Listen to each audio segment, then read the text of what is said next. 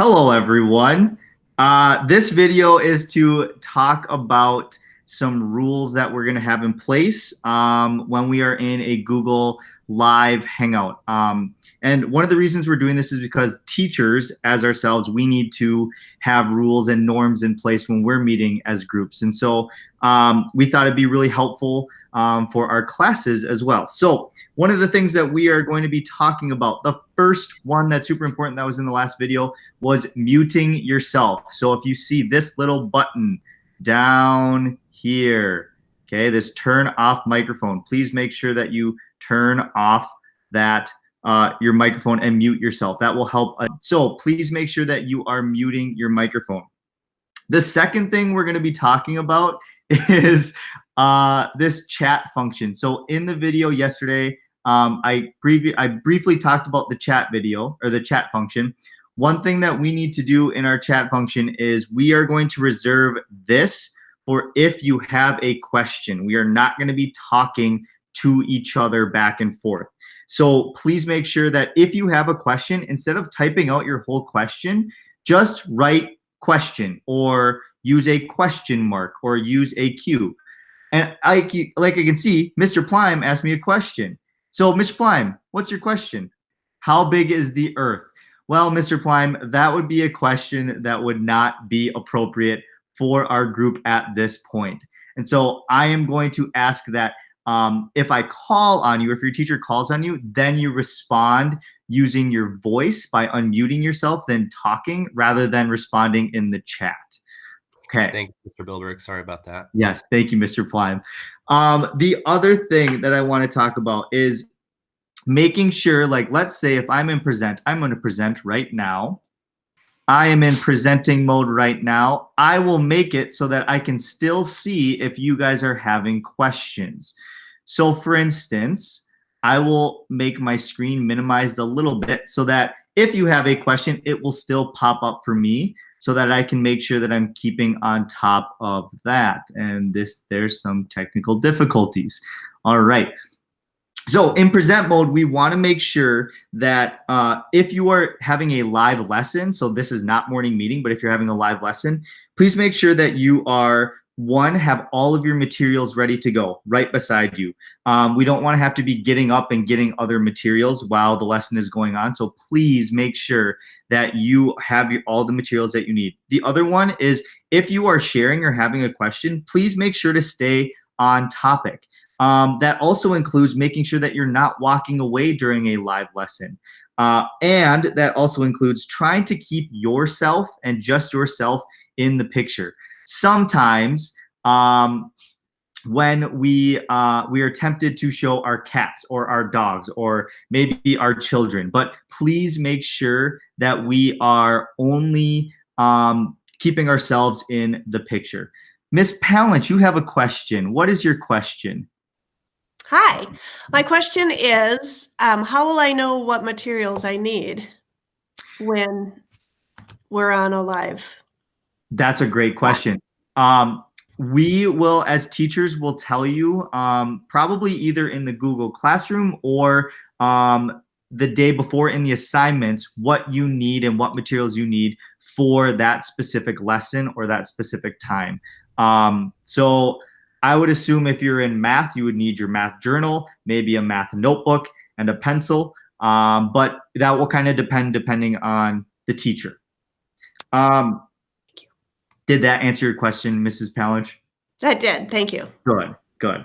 All right, the other thing that I wanna go over is if we are in a lesson, and I'm going through these slides, and some of you have already seen these slides, and I'm going through these slides, I want you to make sure that you're talking like you would talk in school. Please make sure that you are close to your computer so that your microphone can pick up your voice, as well as making sure that you're using school appropriate language. That's really, really important during these lessons. As well as one of the last things I want to talk about is there might be times where due to your internet connection or maybe due to other factors, you get disconnected from our group, and that is okay. What I want you to do then is if for some reason you get disconnected from our group, make sure that you go back to whatever Google Hangout link. So I know for myself and I know for other teachers, they're going to have specific links for this is your Google Hangout for the morning meeting, or this is your Google Hangout for the reading or writing or math lesson. So make sure to go back to those links. You can click in and join, and that will make sure that you are all joined. So again, big recaps. Make sure that you are muting yourself. Make sure that you are staying on topic, not walking away, and make sure that you are prepared for the lesson. And I see I have a question from Mrs. Morse. Mrs. Morse, what's your question? My question is, why can't I see everybody? Your question is, why can't you see anybody or everybody? Everybody.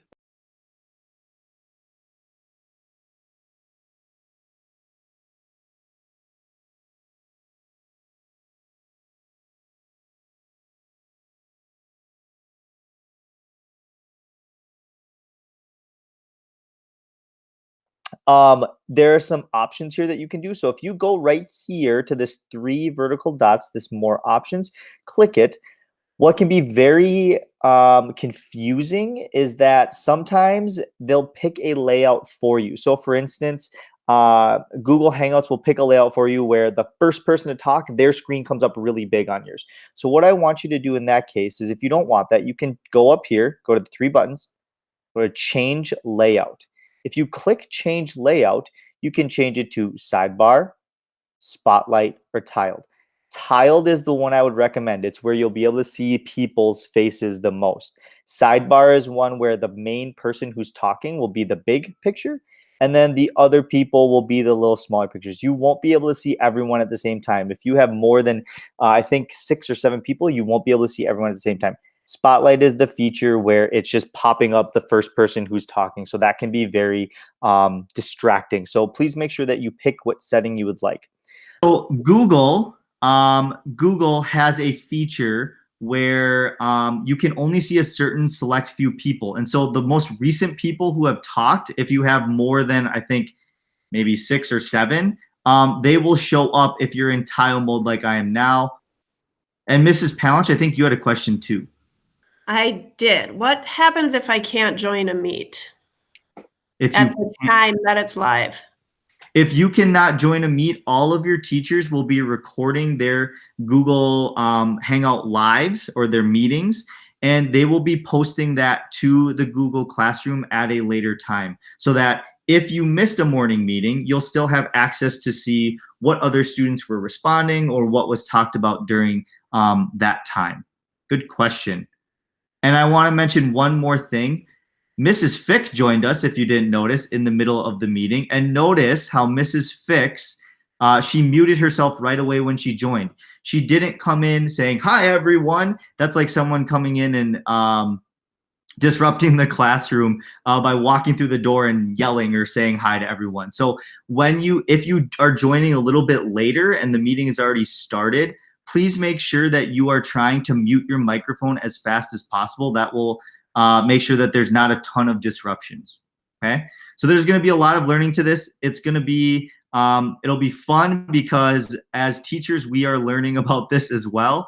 So if you have any more questions, feel free to have your parents or you reach out to your teachers, and we'll help you as best as possible. All right, I'm going to go back to tile mode, and everyone wave here. Wave goodbye. Goodbye.